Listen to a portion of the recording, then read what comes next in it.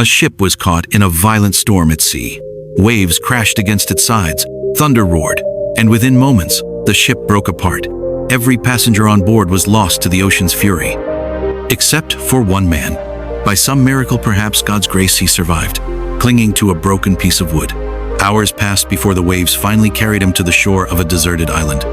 When he opened his eyes, sand clung to his skin, salt burned his throat, and loneliness wrapped around him like a cold blanket. He was all alone.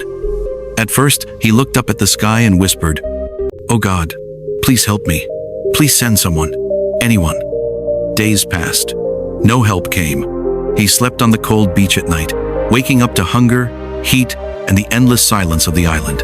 Still, every morning, he prayed, "God, please, I can't do this alone." But the silence remained.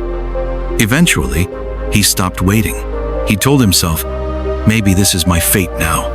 He gathered sticks, leaves, and pieces from the wrecked ship. He built a small hut to protect himself. It wasn't much, but it gave him hope. He stored coconuts inside, caught fish, boiled them on fire. Each night, he returned to the hut's only shelter, his only comfort. Until one day, everything changed. He lit a small fire near the hut to cook food and went out to find more wood. But when he returned, his heart stopped. His hut was on fire. Flames swallowed everything, his shelter, his food, his hope. He dropped to his knees and screamed, "God, why? I begged you for help. I trusted you. Why would you do this to me?" Tears streamed down his face. Rage, sorrow, and hopelessness tangled inside him like a storm. He felt betrayed. That night, he cried himself to sleep on the sand. But the next morning, something strange happened. A loud sound woke Horn, a ship horn. He rubbed his eyes and sat up. In the distance, a ship was docking near the island. He couldn't believe it. Is this real? Am I dreaming? He ran to the shore, waving his arms, shouting with joy. The crew saw him and pulled him aboard, his eyes filled with tears, not of sadness this time, but of relief, of gratitude. He asked the captain, How did you know I was here?" The captain smiled and said, "We saw your fire signal. The smoke from the island guided us." The man froze. He hadn't sent a signal.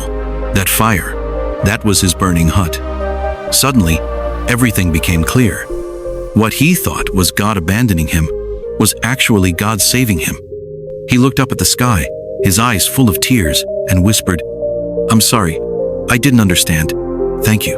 In life, we make plans, we dream, we work, but sometimes things fall apart. Our shelter burns, our hopes collapse, and we feel like God isn't listening. But maybe, just maybe, what looks like destruction is actually the beginning of rescue. Because God's plans are bigger, bolder, and far better than anything we can imagine. So when things go wrong, don't lose faith. Your burning hut may just be the signal that saves your life.